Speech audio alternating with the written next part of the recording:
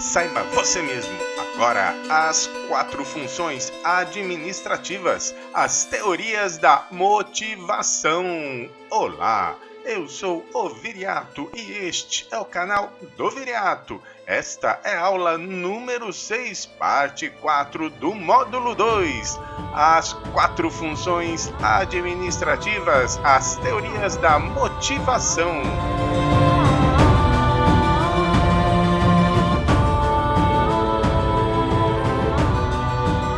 Continuando com a nossa aula de número 6, a terceira função administrativa, a direção.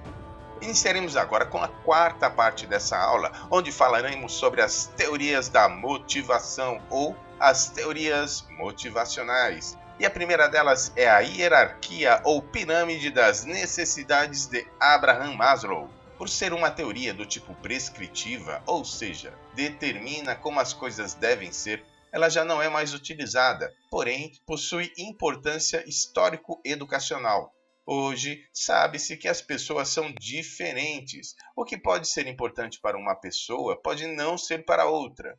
Porém, essa teoria foi fundamental e alguns de seus pressupostos devem ser observados. Quando uma necessidade é atendida, ela deixa de ser motivadora. As necessidades superiores, das quais nós já falaremos, somente serão orientadoras do comportamento humano quando as inferiores forem, no mínimo, satisfatoriamente atendidas. A teoria de Maslow é formada por 5 níveis que são divididos em 2 grupos, a saber. O primeiro grupo trata das necessidades inferiores e possui 2 níveis. Essas necessidades devem ser satisfeitas, pois são fundamentais e paralisantes. Incapacita quando não atendidas. São as necessidades fisiológicas, como saúde, alimentação, etc., e segurança, abrigo, proteção contra ameaças físicas, as oscilações do tempo, contra o desemprego, etc. As necessidades superiores é o segundo grupo da pirâmide e possui 3 níveis. Podem ou não serem satisfeitas. Elas são desejáveis, mas não são imprescindíveis. Podem ser compensadas por outras necessidades. São negociáveis, não são fundamentais. São as necessidades do tipo sociais, aceitação, as amizades, o afeto, o amor, as necessidades de estima, que é o reconhecimento, a aprovação, a autoconfiança pelo que se faz. E, por fim, as necessidades de autorrealização, que são as conquistas pessoais, o desenvolvimento próprio, etc. A teoria dos 2 fatores de Frederick Herzberg.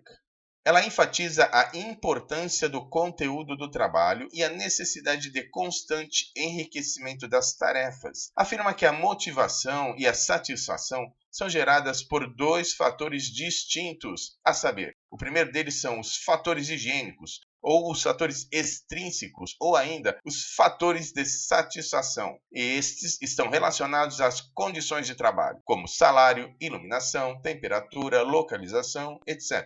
Mesmo que totalmente atendidos, não geram motivação ao trabalho. E quando não atendidos, geram insatisfação, reclamações. O segundo grupo são os fatores motivacionais ou os fatores intrínsecos, relacionados ao conteúdo do trabalho, a importância do que se faz, o desafio que pode representar, etc. São motivacionais, a partir do interesse que gera na pessoa. Quando não atendidos, geram apatia, desânimo, desinteresse, etc. A teoria X e teoria Y de Douglas MacGregor define que motivação no trabalho é dependente do tipo de gestão adotado, que, por sua vez, depende do perfil e das crenças do administrador quanto ao comportamento humano. Basicamente, são 2 teorias opostas. A teoria X, também conhecida como a hipótese da mediocridade das massas. Ela é autocrática, típica da abordagem clássica. O ser humano não gosta de trabalhar. Para ele, o trabalho é um mal necessário, é preguiçoso, não quer responsabilidades, é repulsivo quanto a mudanças, tem no dinheiro a sua única fonte de incentivo. É egoísta, só pensa em si mesmo. Não tem ambição caso não veja vantagens pessoais. Para a teoria X, punições e coações são fundamentais e exercem um resultado positivo tanto para a organização como para a produção. O ser humano deve ser dirigido, supervisionado e controlado rigidamente. Sua energia deve servir aos objetivos da empresa, entre outros aspectos. Os problemas da teoria X. Ela tende a culpar o funcionário em primeiro lugar e não questiona o sistema aplicado, por exemplo, a falta de treinamento, a falta de condições no trabalho, etc. A teoria Y, totalmente contrária à teoria X. Ela é democrática, típica dos estudos administrativos mais recentes. Por exemplo, a administração por objetivos. Para a teoria Y, o ser humano tem motivação própria, não é preguiçoso. Quer desenvolver e acredita no seu potencial. O trabalho é uma atividade tão necessária quanto se alimentar. O trabalho é fonte de satisfação. Ele assume responsabilidades. O ser humano tem diversas formas de incentivo além do dinheiro. Os estilos gerenciais de Hans Likert afirmou que a gestão nunca é igual nas empresas. Assim como Douglas MacGregor associou a motivação às convicções do gestor. Evidenciou que essa motivação também é dependente de aspectos internos, como o nível de formalidade, a estrutura da organização, os procedimentos adotados, etc. Ele desenvolveu um sistema mais detalhado, baseado em 5 variáveis que formam 4 estilos de gerência, a saber, são as variáveis estilo de cada sistema, o processo de decisões, a modalidade de comunicações, o relacionamento entre as pessoas e, por fim, o sistema de recompensas e punições. O primeiro sistema ele chamou de autoritário coercitivo. É um estilo totalmente arbitrário. As decisões são centralizadas e não há delegações. Comunicações são verticais, de cima para baixo, e são precárias. No caso do relacionamento pessoal, ele é dificultado e considerado prejudicial à organização. O sistema de recompensas e punições é basicamente punitivo. O segundo sistema é o autoritário benevolente. Assim como o anterior, ele também é arbitrário, mas com menos rigidez. As decisões continuam centralizadas, porém com alguma delegação. As comunicações são iguais ao anterior, mas a retroação já é possível. O relacionamento pessoal ele ainda é dificultado, porém já existe, mas com alguma desconfiança. Já no caso das recompensas e punições, há a predominância ainda do sistema punitivo. O sistema consultivo possui um estilo mais participativo.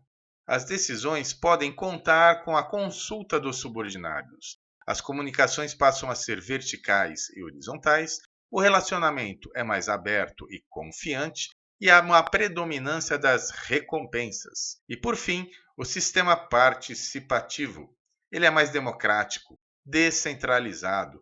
As comunicações ocorrem em todas as direções. O relacionamento pessoal é aberto, incentivado e há uma preferência ao trabalho de equipes. E é basicamente recompensatório.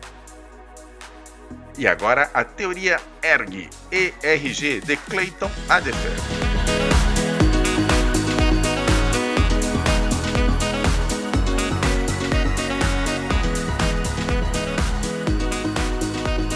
Clayton Adefer propôs uma alteração na teoria da pirâmide das necessidades de Abraham Maslow. Ele identificou 3 categorias de necessidades. A primeira delas é a existência. É a mais básica, refere-se ao bem-estar físico, é equivalente às necessidades fisiológicas e de segurança de Maslow. R. Relacionamento.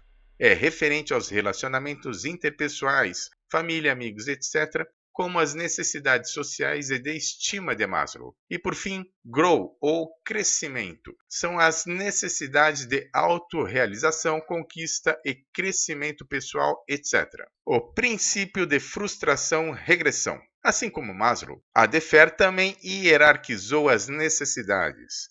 Porém, admite que necessidades atendidas continuem sendo motivadoras. Elas não levam automaticamente a pessoa a querer buscar outras de nível superior. É possível, inclusive, que necessidades de nível superior sequer sejam motivadoras. Vai depender dos interesses da pessoa. Por exemplo, um recém-formado que não deseja estudar mais para se tornar um mestre ou PhD na sua área de atuação. Ele somente quer a sua formação para se sustentar, para ganhar dinheiro. Não busca por conquistas nem reconhecimento, etc.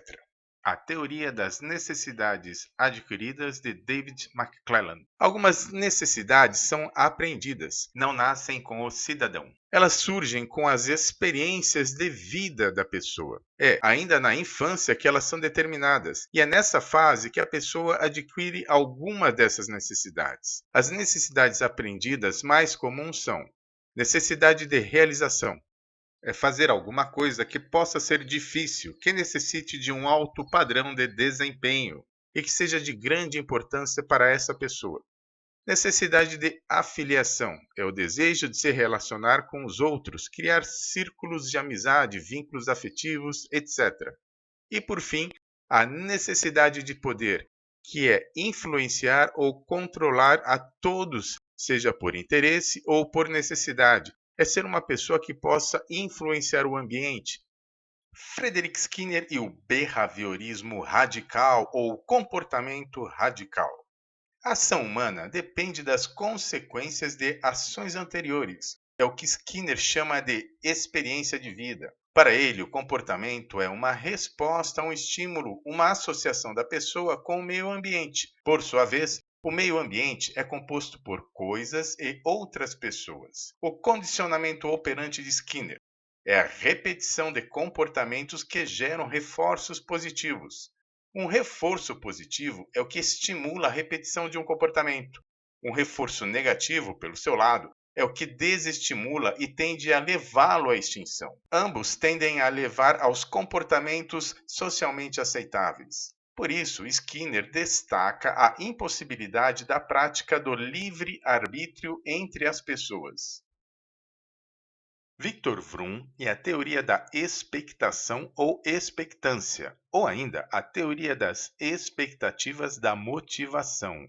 Desenvolvida por Victor Vroom e estendida por Edward Lawler e outros pensadores, essa teoria supõe que a motivação, M, é a função ou produto da multiplicação de três componentes.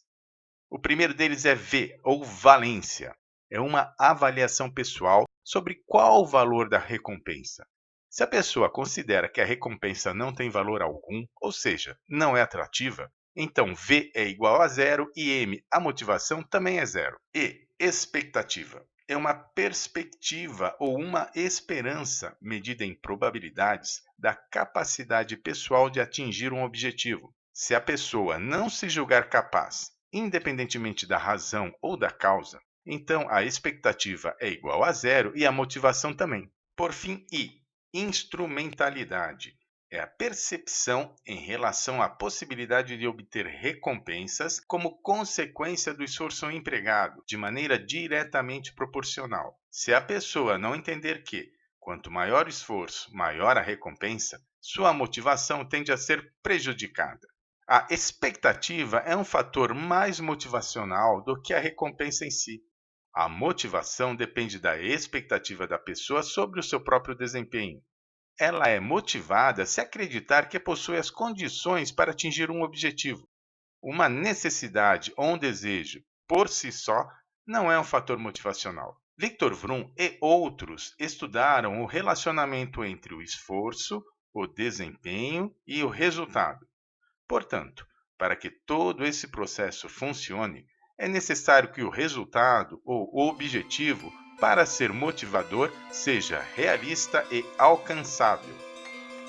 E esta foi mais uma apresentação do canal do Viriato. Veja o nosso próximo vídeo, é só clicar no quadrinho. Eu te aguardo lá.